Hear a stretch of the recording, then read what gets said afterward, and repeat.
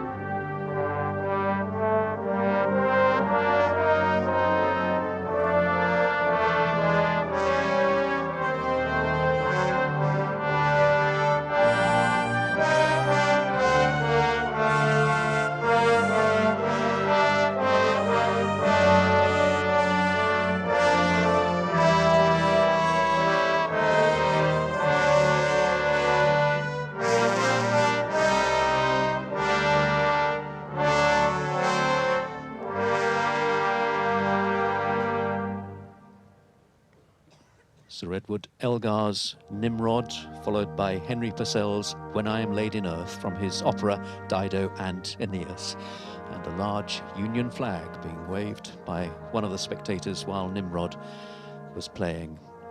And the pavements really are filled with spectators this year. Looking down to my left towards Parliament Square and up the incline of Whitehall, to my right up towards Trafalgar Square, the pavements filled and the veterans also moving into position. The music of the mass bands takes us on now towards 11 o'clock and the 2-minute silence. The music is the Supreme Sacrifice, better known as the music which accompanies the hymn, O Valiant Hearts. Out on Whitehall, the procession of choir and clergy has made its way from the Foreign Office building to positions on the eastern side of the Cenotaph. And emerging from the Foreign Office now is a group which includes Britain's political leaders, the service chiefs and the Commonwealth High Commissioners. Within that group, of course, the Prime Minister, David Cameron, and the leader of the opposition, Jeremy Corbyn, who's making his first appearance here at the Cenotaph. And with them in the procession are senior political and parliamentary figures, 3 former Prime Ministers, Sir John Major, Tony Blair and Gordon Brown, the Speaker of the House of Commons, the Lord Speaker, the Mayor of London, and the Chiefs of Staff of the Armed Services. 46 representatives from the Commonwealth, High Commissioners or their deputies, are moving to their places together with the Ambassador for the Republic of Ireland. And taking their places will be 14 representatives of the faith communities. Among them are leaders of the Roman Catholic and Free Churches, the Methodists, the Baptists and the Greek Orthodox Church, together with the Chief Rabbi of the United Hebrew Congregations of the Commonwealth, Ephraim Mervis, from whom we heard at the beginning of this broadcast, and leaders of the Muslim, Buddhist, Hindu and Sikh communities. As we approach the most solemn moments of remembrance, we recall that in the 2 world wars, 1,200,000 British citizens, military and civilian, lost their lives. Another 500,000 lives were lost by the countries represented here at the Cenotaph by their senior diplomats. In the case of the world wars, the images of those who were lost will, in many cases now, have grown distant. In the case of the First World War, we hold on to their memory through family records and the countless names which we see inscribed on war memorials.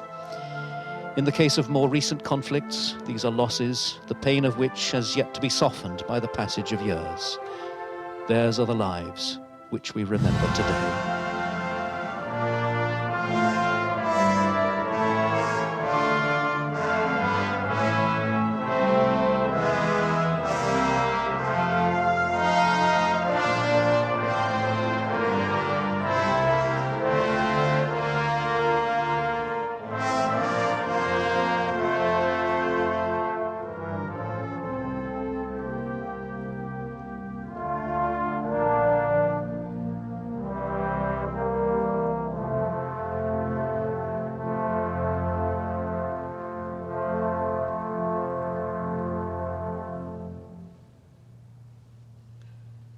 Whitehall is silent and still as the order is given to bring the parade to attention.